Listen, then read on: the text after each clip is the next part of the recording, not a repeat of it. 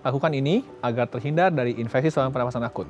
Yang pertama, pastikan cuci tangan secara rutin menggunakan air mengalir sebelum makan ataupun beraktivitas di tempat umum.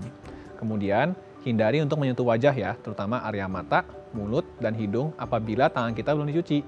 Nah, jangan lupa terapkan etika batuk dan bersin. Ketika kita batuk atau bersin, pastikan kita menutup menggunakan bagian siku kita. Lalu, hindari untuk merokok, karena paparan asap rokok dapat mengiritasi saluran nafas dan juga merusak sehingga membuat kita lebih rentan untuk mengalami infeksi.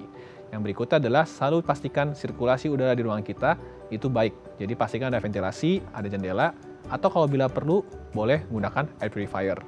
Jangan lupa juga untuk menjaga daya tahan tubuh. Caranya bagaimana? Konsumsi makanan bergizi, terutama yang tinggi vitamin dan mineral seperti buah-buahan. Dan pastikan istirahat cukup, yaitu istirahat tidur kurang lebih 7-8 jam per hari. Olahraga teratur juga jangan lupa ya, paling tidak 3 kali seminggu dalam durasi 1 jam. Karena olahraga akan dapat membantu untuk menjaga daya tahan tubuh kita. Nah, saat kita keluar atau aktivitas, hindari kontak langsung dengan orang-orang yang mungkin sedang mengalami ISPA, sedang batuk ataupun sedang bersin.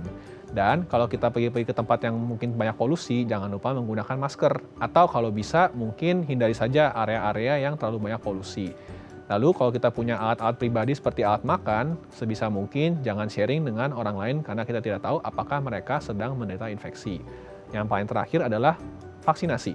Nah, mungkin boleh dipertimbangkan untuk melakukan vaksinasi seperti vaksinasi influenza ataupun vaksin pneumonia, terutama bagi kita-kita yang memiliki kerentanan apabila mungkin kita usia-usia bayi ataupun usia lansia. Baik, Anda masih bersama kami di Bincang Sehati dan kita masih membahas tema kita hari ini seputar ISPA atau infeksi saluran pernapasan akut. Nah, kalau Anda punya pertanyaan seputar tema kita hari ini karena mungkin Anda mengalami ISPA, flu dan lain sebagainya, boleh ya tanya-tanya di 0212903244 atau di Instagram kami di @bincangsantai.tv. Kita masih bersama dengan Dr. Benedictus Altwin Ensley, General Practitioner dari Rumah Sakit San Carlos Sumarekon Serpong. Oke, Dok, kita lanjut. Sebelum kita ngomongin ISPA-nya. Oke. ISPA itu kan berarti saluran pernapasan gitu ya. Nah, di pernapasan kita ini ada apa aja sih? Kan mungkin kita taunya cuman hidung dan paru udah. That simple gitu. Tapi kan harusnya nggak sesimpel itu ya. Iya, memang. Jadi gini, kalau kita ngomongin saluran pernafasan itu memang bermula dari hidung dulu ya. Hidung kan ada sisi kiri, sisi kanan, di tengahnya ada dinding pemisah. Nah, dari hidung ini sebenarnya itu nanti dia muara sampai ke belakang, di tengah belakang itu nanti kayak ada jendolan daging 3. Namanya konka. Nah, itu nanti dia berfungsi untuk menghangatkan udara yang masuk dulu. Nah, lalu di balik-balik di antara saluran-saluran tersebut, Mas Ardian, itu ada titik-titik lubang, itu nanti masuk ke lubang namanya lubang sinus. Nah, jadi kita punya salah satu namanya lubang sinus tuh ada 2 di depan sini di pipi. Oh, berarti di sini ada lubang gitu? Ada, bukan lubang sih, rongga ya. Rongga. Nah, cuma rongganya tuh supaya masuk ada lubangnya dulu. Ada di sini, ada 2 di atas dahi, lalu ada yang di bawah mata 2 juga, dan ada yang agak belakang hidung tuh ada 2 juga. Jadi ada beberapa titik semua di situ. Lalu dari situ masuk lagi ke belakang, ke dinding tenggorokan kita ya, lalu masuk ke pipa pernapasan kita di sini, dan pita suara. Dari situ turun lagi ke bawah, bercabang kayak pohon, ke akar, baru masuk ke paru-paru. Nah, jadi di multiple sites tersebut lah di mana bisa terjadi infeksi. Gitu. Berarti mungkin selama ini kita bikinnya ya dari hidung langsung ke paru aja udah gitu ya. Enggak. Tapi ada banyak rongga-rongga lubang. Itu gunanya buat apa? Maksudnya mengalirkan oksigen ke situ. Gunanya beda-beda, bukan mengalirkan. Jadi gini, ketika udara masuk ke hidung, ya nanti kan ditangkap dulu oleh bulu-bulu hidung kita. Bulu-bulu hidung itu untuk menyaring kotoran-kotoran dulu nih. Nah, udah nyaring kotoran, terus dia masuk ke tadi yang sebenarnya yang daging-daging itu untuk dihangatkan. Nah, ada kan yang namanya rongga sinus tadi saya bilang tuh, rongga-rongga kopong ini. Sebenarnya tuh gunanya salah satunya adalah untuk bantalan juga kalau kita kena benturan ya. Ya, jadi supaya dia ada space di situ. Dan sebenarnya si rongga sinus ini dia menghasilkan lendir. Oh, lendirnya fungsinya buat? Lendirnya adalah untuk membersihkan kotoran-kotoran tadi yang ada di nempel-nempel di saluran nafas kita. Jadi kalau kita bersihin tuh sebenarnya keluar lendirnya kebanyakan dari area situ untuk ngebersihin dia. Nah, lalu masuk ke ke belakang tadi ya, udaranya masuk ke trakea kita atau pipa nafas, lalu masuk ke cabang-cabang sampai ke bawah. Nah, nanti ke dalam paru itu, dalam paru ada lagi masalahnya namanya alveolus. Dia bentuknya kayak anggur. Nah, di alveolus itu banyak pembuluh darah. Ada pembuluh darah vena, ada pembuluh darah arteri. Kalau yang arteri kan bawa oksigen. Buat oksigen nanti kalau yang vena itu nanti yang bawa balik. Jadi nanti oksigen masuk situ, oksigennya masukin ke darah yang di arteri. Yang dari vena bawa karbon dioksida dikeluarin dari situ. Nah, keluar nafasnya lagi gitu. Lumayan complicated ya. Tidak semudah kita bikin inhale exhale ya. Iya. Wow. Ada banyak prosesnya. Ada banyak prosesnya dan ternyata di dalamnya tidak sesimpel yang kita bayangkan. Ada banyak rongga-rongga, ada apa tadi kongka dan lain sebagainya gitu ya. Waduh. Hari ini kita belajar berapa SKS ini harus. Oke. Nah, sekarang kalau tadi disebutkan di beberapa titik tadi itu rentan terjadi infeksi. Nah, sekarang kita ngomongin infeksi saluran pernapasan akut atau ISPA-nya. Nah, ISPA ini sendiri seperti apa? Oke, jadi kalau kita ngomong ISPA, kita ngomong kumannya juga nih. Nah, tadi sekalian ngomongin masalah common cold ya. Iya. Oke, jadi kalau common cold itu lebih sering disebabkan oleh suatu virus namanya rhinovirus. Rhinovirus. Ya, rhinovirus. Rhinovirus ini memang sering menyebabkan gejala mirip flu, tapi lebih ringan. Ya, mungkin hanya batuk-batuk, bersin-bersin.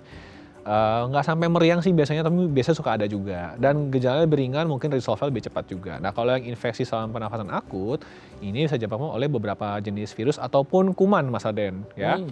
Yang paling sering memang influenza. Ya, terus ada lagi adenovirus, ada lagi respiratory syncytial virus. Lalu yang terkenal ya, COVID ya, coronavirus. Ya, itu coronavirus. Sama ada kalau kuman bakteri biasanya ada jenis kayak Streptococcus pneumoniae ya, makanya mendapatkan kita sebut nama penyakitnya pneumonia atau Haemophilus influenza itu juga bakteri atau pneumococcus dan lain-lain lah. Nah, jadi ada virus, ada bakteri. Nah, rata-rata mereka ini menyebarnya dari droplet. Ya, jadi misalkan seorang terinfeksi lalu dia batuk atau bersin itu kan nyembur tuh kumannya. Nah, kumannya itu bisa jatuh kemana-mana kan. Biasanya kalau dia jatuhnya ke permukaan yang padat, misalkan kayak pegangan pintu gitu kan, gelas atau piring. Nah, kayak gitu itu mereka cenderung bertahan lebih lama. Nah, juga sama seperti plastik juga tuh, permukaan plastik mereka bertahan lebih lama. Nah, dari situ mungkin ada orang yang pegang, nggak cuci tangan, dia megang-megang wajah, masuk kumannya. Atau tadi ya, kayak ada yang batukin, bersin, pas kena muka kita, kehirup juga, masuk kumannya. Gitu.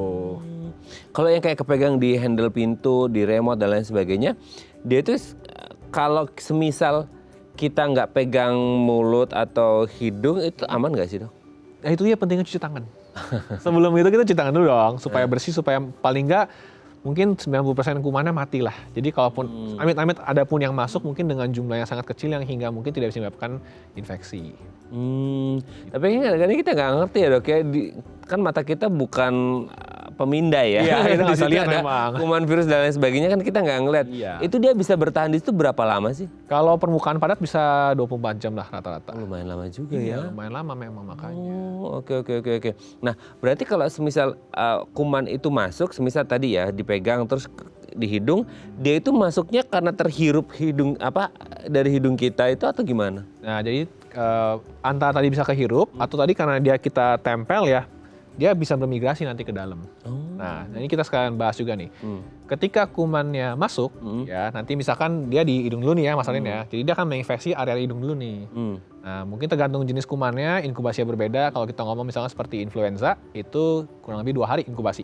Cepat tuh dia, langsung muncul gejala. Banget ya. Nah, nanti ketika kumannya masuk, dia menginfeksi, nanti akan respon tubuh dulu nih. Ada kuman nih, kirim sel darah putih. Nah, kirim sel darah putih ngelawan, terus virusnya ada yang pecah-pecah mati nih. Datanglah diproduksi prekursor radang. Jadi hidung kita bengkak.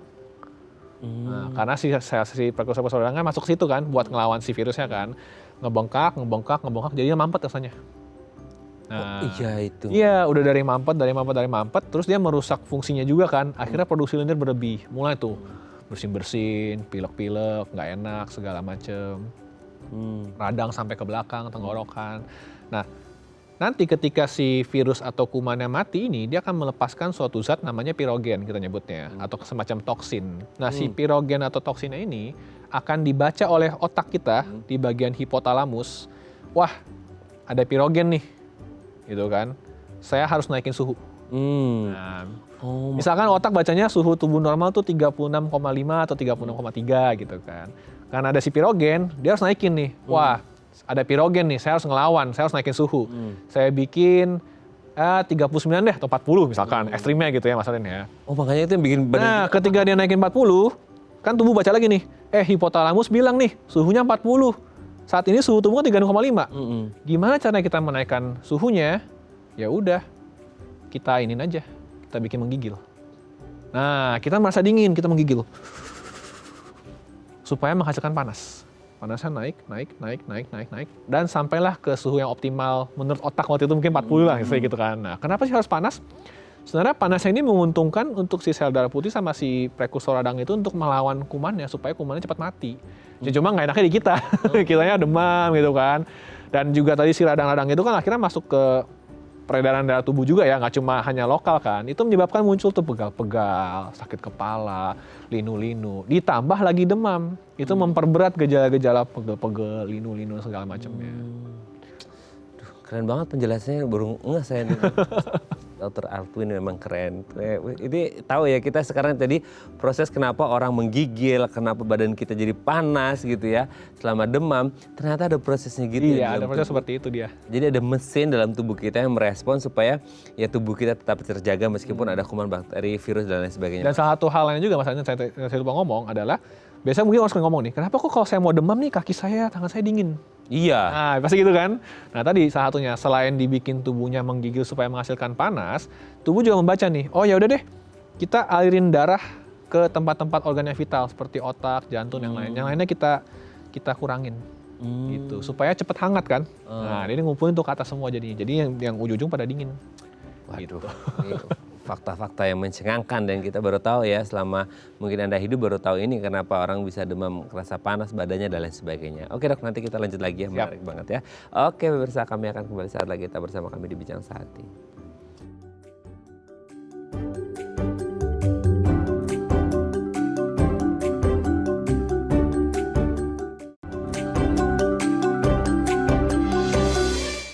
Baik, Anda masih bersama kami di Bincang Sehati dan kita masih membahas sama kita hari ini seputar ISPA atau infeksi saluran pernapasan akut. Kalau Anda lagi pilek-pilek, demam, flu dan lain sebagainya atau mengalami ISPA, boleh ya tanya-tanya di 021-290-3244 atau DM Instagram kami di @bincang-sehati.tv. Kita masih bersama dengan Dr. Benedictus Altwin Ainsley, General Practitioner dari Rumah Sakit St. Carolus Summarecon Serpong. Oke Dok, kita lanjut lagi. Saya tuh masih terpukau gitu ya dengan penjelasannya yang selama hidup saya itu saya baru tahu sedetail itu orang mengalami flu, kenapa badannya panas dan sebagainya, seresponsif itu tubuh kita dari penjelasan Dr. Altwin tadi. Nah, kalau seperti tadi saya jadi kepikiran ketika kayak ada bulu-bulu hidung menangkap kayak tadi kita pegangan dari remote atau apa, terus ada kuman, virus, bakteri nempel, terus dia transmisi masuk. Itu kan biasanya kalau orang mau flu atau ISPA itu dia ada kayak bersin-bersin ya Dok ya gitu. Iya. Nah itu sebagai tanda juga nggak sih kalau sebenarnya itu virus apa, bakteri, kuman dan lain sebagainya itu mulai mau masuk sehingga tubuh mengenali ini kayaknya ada selain sel darah putih ya tadi yang mencoba untuk menghambat si virus dan lain sebagainya. Itu kayak bersin itu respon tubuh nggak sih Dok atau gimana? Betul, memang bersin sebenarnya salah satu dari respon tubuh. Tapi mungkin lebih sering bukan ke virus tapi tapi kayak polutan. Kayak tadi ya mungkin mikroplastik lah atau gitu kan. Debu-debu, kotoran, atau mungkin alergen. Misalnya kayak debu, tungau-tungau, serbuk sari, hal-hal yang bikin kita tuh alergi. Ketika dia mengotori saluran pernafasan atau bahkan mungkin masuklah sampai ke dalam ya, ke paru-paru, itu pasti akan ada respon tadi. Dikeluarin lendir, terus dibersinin supaya ketangkap semua atau dibatukin. Gitu. Memang salah satunya itu. Maka tapi kalau memang orangnya lebih ke yang tadi ISPA, flu, biasanya nggak sampai bersin, tapi lebih ke pilek tadi saya bilang kan, karena efek dari peradangan tersebut. Mungkin kalau lebih ke bersin-bersin, lebih ke alergi kayaknya, karena banyak polutan di ini ya, di area saluran nafasnya. Tapi kenapa kalau orang mau flu sering abis itu dia meler dong. Sering begitu. Itu emang bagian dari proses menuju ISPA-nya itu sendiri. Bisa satu itu atau tadi juga ya mungkin ada polutan-polutan di hidung juga yang memang mengiritasi lah, merangsang untuk terjadinya respon-respon bersin untuk membersihkan tadi itu semua gitu. Oke. Sama ini selain bersin ini pertanyaan pribadi juga ya, tapi banyak orang mengalami juga. Hidung mampet, tadi kan sempat di-mention juga. Hidung mampet itu kan jadi kayak, aduh nggak enak banget ya, kita makan jadi kayak nggak ada rasanya juga dan sebagainya. Nah hidung mampet itu karena tertutup lendir kah? Atau apa sih Dok? Kayak kita kan jadi susah banget napas. Atau gara-gara si infeksi ini jadi kayak lendir mencoba menghalau si virus, kuman dan lain sebagainya, tapi sih Dok? Nah, jadi gini, tadi saat kumannya masuk, ya kan, terus ditangkap nih, wah ada infeksi nih, ada kuman nih, kirim sel darah putih. Sel darah putih ngelawan, kirim prekursor radang semua gitu kan. Nanti saya bilang nih, di dalam rongga hidung kita, kalau diteropong sama THT gitu ya, Mas Adin ya, kita masukin kamera, itu ada daging ngejendol. Ada 3, konka namanya. Superior, media, sama inferior. Atas, tengah, sama bawah. Nah, fungsinya untuk menghangatkan udara. Nah, si konkanya ini, ketika kita mengalami infeksi di saluran pernafasan, terutama di bagian hidung, itu akan mengalami peradangan dan pembengkakan. Nah, ketika dia ngebengkak, dia kan ngehimpit dinding hidung kan.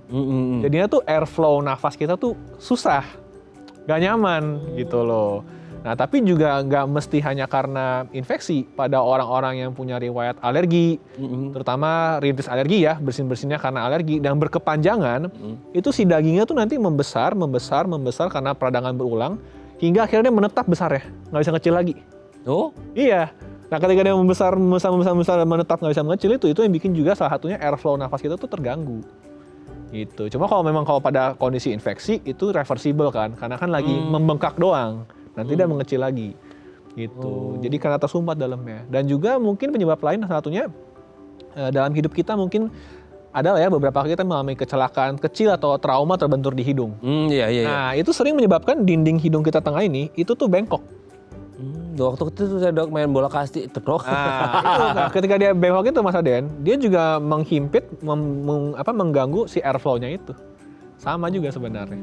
Tapi kalau kita ngomongin fokusnya infeksi ya tadi, itu karena tadi dagingnya itu membengkak. Membengkak menutup. Nah, udah membengkak menutup, si rongga sinus ngeluarin lendir nih buat ngebuang kan. Buat ngebuang, buang kotorannya kan. Tambahlah tuh banyak ingusnya, apa penuh, tambah padat ya susah jadinya. Oh, jadi selama ini kita pikir itu kayak lendir atau ingus ya bahasanya yang memenuhi hidung kita. Ternyata ada pembengkakan itu si kongka itu. Makanya kadang kalau kita udah buang ingusnya, udah buang keras, udah keras banget kan. Tapi kok nggak ada yang keluar ya? Tapi masih mampet kan? Nah itu, karena dagingnya bengkak. Wow, jadi selama ini kita pikir itu si lendir ingusnya membeku di Enggak ya? Enggak, tapi emang kalau nggak dikeluarin dia jadi tambah kental sih. Iya kan? Gitu ya. Oke. Toh kalaupun ada kayak yang di awal-awal Dok, biasanya di awal-awal ISPA atau di awal flu kan mampet dan kadang tuh keluar kayak lendir ingusnya tapi yang bening gitu ya. Itu kayak dia mencoba keluar dari sela-sela pembengkakan si kongkanya nggak sih? Iya betul. Jadi kan tadi saya bilang diproduksi dari si sinusnya juga kan. Dia ngeluarin kan emang dia harus bersihin, dia ngeluarin. Nah, nanti awalnya mungkin masih bening. Karena itu kan memang infeksi virus. Nah, hati-hati nih pada infeksi virus. Seringkali infeksi virus itu kan melemahkan sistem imun kita dan sel darah putih. Sering terjadi infeksi sekunder atau oportunis. Jadinya mungkin di tengah lagi sakit itu, di udara yang mungkin banyak kuman-kuman ini kita nggak tahu ada bakteri-bakteri masuk. Nah, bakteri-bakteri yang mungkin biasanya gampang dibuang, jadi susah karena kita lagi sakit begini, akhirnya ngumpul tuh menginfeksi juga. Jadilah warna hijau mulai ingusnya. Nah itu tanda-tanda bahwa udah mulai ada infeksi bakteri tuh. Ini udah campur tuh, nggak cuma virus, ada bakterinya. Ngomong-ngomong warna dari ingus atau silinder ini sendiri Dok. Berarti kan ada yang Dok ini bening, Dok ini kuning, Dok ini hijau pekat banget. Berarti semakin pekat semakin hijau itu kondisinya semakin parah atau gimana Dok? Semakin parah dan berarti itu menyatakan memang ini mungkin tadi saya bilang ya ada keterlibatan infeksi bakteri gitu. Nah tapi kembali lagi ya tadi harus dipastikan dulu nih kalau ingusnya bening tapi dia nggak ada demam, jangan-jangan cuma pilek alergi. Ya misalkan abis kehirup debu atau apa bersin sampai pilek mampet gitu kan, dan hanya pagi hari entar siang udah hilang. Nah bedanya sama yang beneran infeksi saluran pernafasan akut ya, bahwa memang tadi ada gejala demamnya, batuk-batuk, nyeri-nyeri otot, menggigil, nggak enak badan segala macem, dan mungkin ingusnya awal-awal masih bening dalam berapa hari nggak diobatin nggak diapain, tau-tau mulai hijau. Nah, ada keterlibatan bakteri di sini udah mulai masuk. Sama satu pertanyaan lagi dok, tapi nanti dibahas setelah break ya. Itu kenapa ingus lendirnya, lendir si ingus ini udah dikeluarin tapi kok ada terus ya? Apa karena ispanya atau infeksinya ini masih ada sehingga akhirnya terproduksi terus atau gimana? Nanti kita bahas di segmen selanjutnya ya. Oke pemirsa, kami akan kembali saat lagi, tetap bersama kami di Bincang Sehati.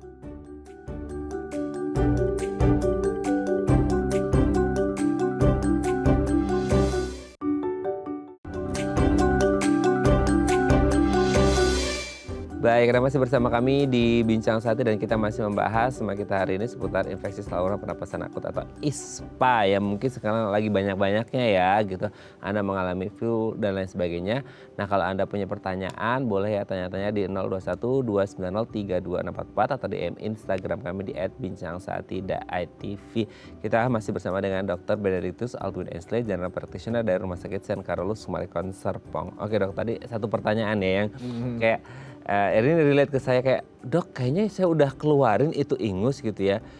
Tapi kok ada lagi ya. Dalam artian kayak itu terproduksinya di mana dan kenapa keluar terus gitu ya. Padahal kayaknya kita udah keluar. Apakah gara-gara si ispanya, si infeksinya ini masih ada sehingga dia terus produksi atau gimana sih dok? Betul, jadi memang karena tadi proses infeksinya itu sebenarnya dia mengganggu nih fungsi si konka sama si rongga sinusnya itu. Memang akhirnya karena dia terganggu tersebut ya, dia jadi overproduction runny nose ya kan, penuh terus keluar terus lendirnya bikin kita jadi meler atau mungkin bahkan jatuh ke belakang gitu ya, sering ke tenggorokan ya kan, atau bahkan sampai penuh sampai ngental-ngental. Nah itu memang itu adalah salah satu dari bagian dari proses infeksi yang mengganggu si fungsi konkanya itu tadi Mas Arden. Jadi emang terproduksi terus. Nanti memang gradually akan berkurang ketika nanti infeksinya udah mulai berkurang sendiri.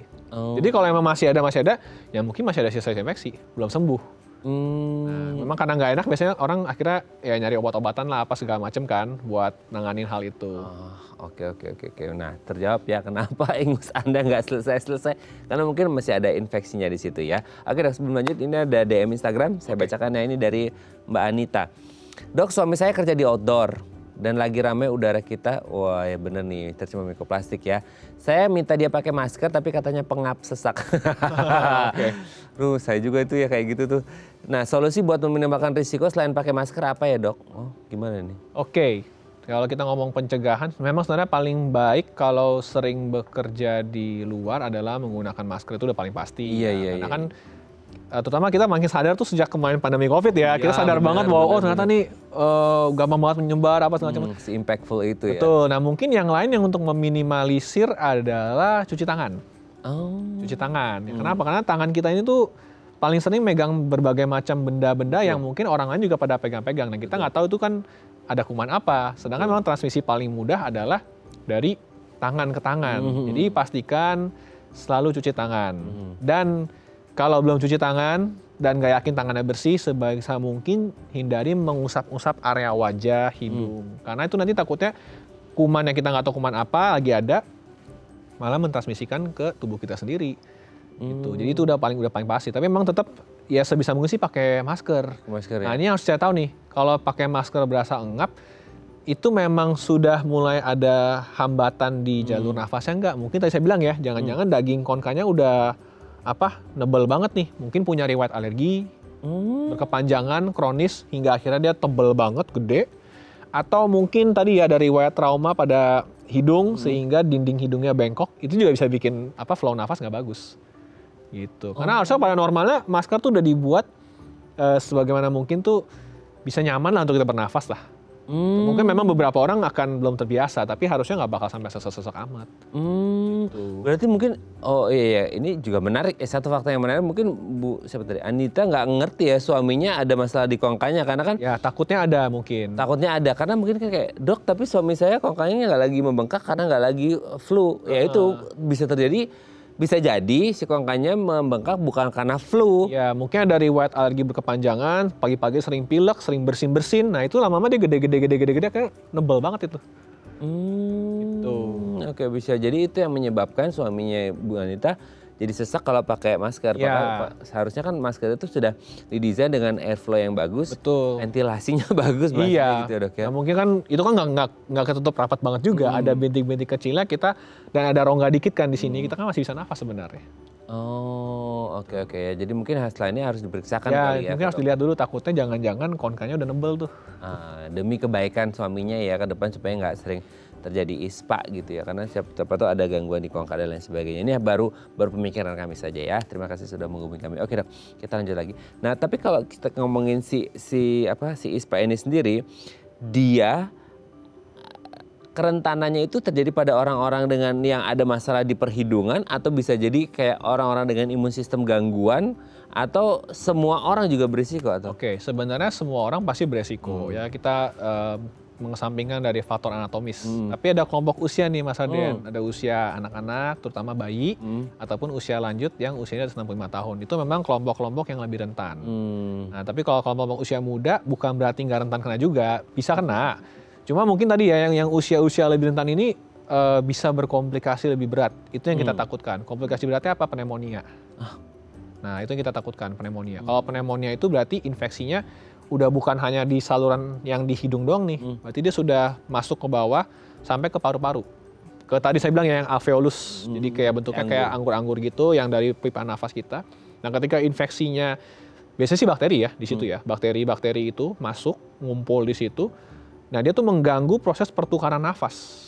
Nah, karena dia ada infeksi berlebih di situ, akhirnya kan terjadi produksi lendir berlebih juga di situ. Sebenarnya tuh mau dibatukin, tapi nggak saya batukin karena ngumpul cairan beserta mungkin ada nanah juga kadang di situ numpuk. Akhirnya oksigen nggak bisa bertukar. Yang muncul apa jadinya? Sesak napas. Ya, kalau kita ukur saturasi pakai alat ya dulu kalau zaman Covid ya, di bawah 95%. Mungkin bibirnya mulai biru karena kurang oksigen. Ya batuk tapi nggak keluar dahaknya. Rasanya kayak terendam gitu dalamnya. Nah, itu komplikasi yang paling fatalnya dari infeksi saluran pernafasan akut yang tidak tertangani. Terutama pada tadi ya usia rentan yang dari 65 tahun ataupun yang anak-anak seperti bayi. Makanya penting vaksin nih. Vaksin, nah itu dia, vaksin juga penting. Nah kalaupun akhirnya sudah mengalami ISPA, apa yang harus dilakukan, obatnya seperti apa, nanti kita bahas di segmen terakhir ya dok ya. Oke, pemirsa, kami akan kembali saat lagi, kita bersama kami di Bincang Sehati.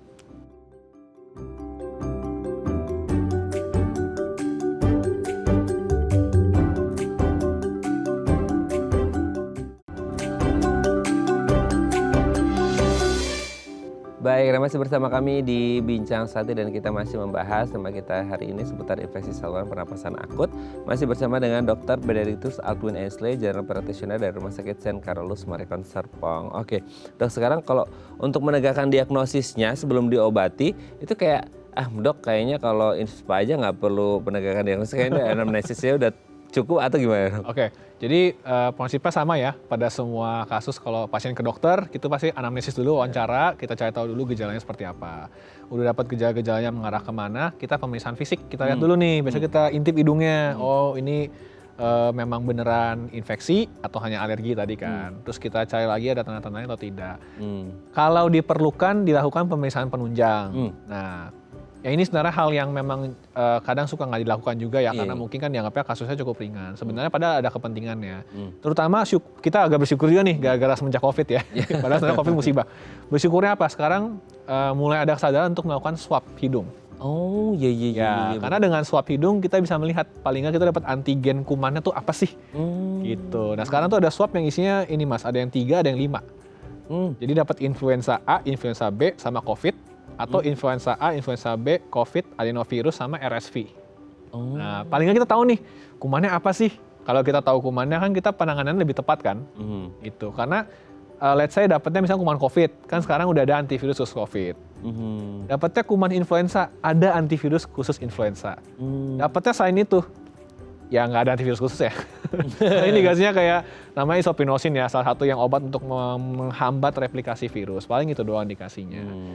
Jadi, kalaupun juga mungkin diperlukan, bisa juga dilakukan pemeriksaan darah untuk lihat aja sih profil darahnya. Yang meningkat apa sih? Sel darah putih, gitu kan? Atau mungkin ada CRP, faktor peradangan meningkat. Atau kalau yang ekstrim tadi saya bilang ya, sampai sesek, ya mungkin difoto. Dilihat, apakah ada gambaran pneumonia atau tidak. Oh, di Gitu. parunya ya. Betul. Oke. Nah sekarang kalau udah oke ini ISPA gitu, pengobatannya dia obat minum atau bisa konservatif dulu? Oke, nah biasanya obat-obatan itu nanti akan dilihat sesuai gejala pasien terutama, udah pasti. Seberat apa gejalanya, semengganggu apa, ya. Tapi memang prinsip pendekatannya pasti pertama simptomatis dulu. Dia ada gejala demam, nyeri otot, kita pasti berikan anti nyeri, anti demam seperti paracetamol yang udah paling umum, itu udah pasti. Oh hidungnya mampet banget nih, nggak enak gitu kan, atau mungkin keluar ingus terus gitu kan. Nah ini pilihannya dua nih biasanya, bisa obat minum dulu. Biasanya golongan histamin yang paling terkenal tuh pseudoephedrine. Ya, kita bisa temuin di obat-obat pilek manapun, merek apapun, pasti isinya itu. Kerjanya adalah untuk membuat pembuluh darah di yang daging konkanya itu menghimpit. Karena kan dia membengkak tuh gara-gara melebar, gara-gara faktor radang kan. Jadi kan kayak gede banget kan. Nah, itu kita himpitin supaya mengurangi bengkaknya dan produksi lendirnya. Tapi hati-hati pada orang-orang dengan hipertensi. Oh iya. Karena dia menghimpitin pembuluh darah, dia kerja secara sistemik. Nanti orang-orang hipertensi bisa agak naik tensinya. Jadi harus agak hati-hati di situ. Atau kedua, semprot. Nah, semprot hidung ini ada yang mungkin hanya untuk cuci hidung, yang biasanya isinya larutan garam. Iya, NaCl ya. Atau memang ada yang isinya golongan kortikosteroid untuk mengurangi peradangan bengkak pada si hidungnya. Nah, itu nanti sesuai indikasi lihat dulu perlu atau enggak sampai dikasih itu. Lain-lainnya paling mungkin semacam vitamin, antibiotik bila hanya diperlukan, karena kan tadi kebanyakan kasusnya sebenarnya virus. Iya. Kalau memang sudah ada campur tangan bakteri ya, sudah warnanya hijau-hijau, mungkin dokter akan memberikan antibiotik. Oh, yang hijau itu berarti ada bakteri di dalamnya? Ya, pasti udah ada infeksi sekunder dengan bakteri. Makanya biasa dokter akan kasih antibiotik. Oh, berarti bukan dari infeksi awalnya ya, dia udah sekunder ya? Biasanya awalnya virus dulu nanti. Dari virus, jalan berapa hari nih kita nggak perbaikan, mulai hijau, nah itu pasti udah ada bakteri masuk tuh di situ. Itu terkontaminasi setelah dia terkena virus ya berarti ya? Iya, virus melemahkan si sistem imun, kuman yang tadi yang nggak bisa ngelawan, ikut-ikutan oportunistik. Jadi seperti itu. Oh, oportunis ya dia. Iya, namanya oportunis sebenarnya. Oportunistik ya. Oke. Nah, semisal kayak kalau dok saya nggak mau minum obat dulu deh, saya konservatif dulu, saya mau makan buah, istirahat yang cukup, itu membantu nggak? Boleh. Jadi salah satu yang dianjurkan adalah istirahat cukup. Istirahat cukup yang dimaksud ini adalah tidurnya ya, terutama 7-8 jam. Lalu boleh kok misalkan dikonsumsi buah-buahan yang tinggi vitamin C. Nah itu bagus juga karena vitamin C itu kan antioksidan. Biasanya memang juga kalau orang-orang infeksi virus, kita sering kasih suplementasi antioksidannya dari vitamin C itu dengan dosis tinggi, bisa sampai 1 gram sehari bahkan. Buat apa? Ya supaya biar tubuhnya cepat berhasil ngelawan si infeksi virusnya ini. Atau misalkan kalau hidungnya mampet banget gak enak nih, bisa bikin misalkan kayak larutan jahe. Nah, atau air hangat nih, boleh tetesin kayak essential oil atau minyak kayu putih. Nah, dihirup dikit tuh, itu juga sebenarnya cukup membantu. Tentunya. Tapi mungkin nggak se-efektif cuci hidung ya. Sebenarnya kalau bisa sih cuci hidung sih paling bagus. Ya, oke. Mungkin kalau lagi masih mild aja simptomnya bisa diatasi dengan itu. Tapi kalau udah lanjut kayaknya harus segera ke dokter untuk mendapatkan penanganan supaya ya bisa lega dan bisa sembuh ya. Oke, terima kasih Dr. Adwin. Sebenarnya banyak mau kita bahas karena kayaknya senang banget setiap ngobrol sama Dr. Adwin, banyak insight baru yang kita dapetin, tapi next time kita harus ngobrol lagi ya, Dok. Thank you, Dok. Sehat terus, salam untuk keluarga di rumah dan teman-teman di rumah. Terima kasih, salam juga buat teman-teman. Oke, pemirsa, itu tadi perbincangan kita dengan Dr. Adwin, semoga bermanfaat ya. Dan jangan lupa untuk terus menyaksikan konten-konten inspiratif kami di platform The iPlus. Saya Raden Mardias pamit, sampai jumpa dan selamat kembali beraktivitas di hari Rabu yang indah ini. Ingat, jaga kesehatan Anda, kalau keluar boleh pakai masker dan tetap cuci tangan, kalau bersin ditutup, dan makan makanan yang sehat supaya tetap sehat selalu ya. Sampai jumpa.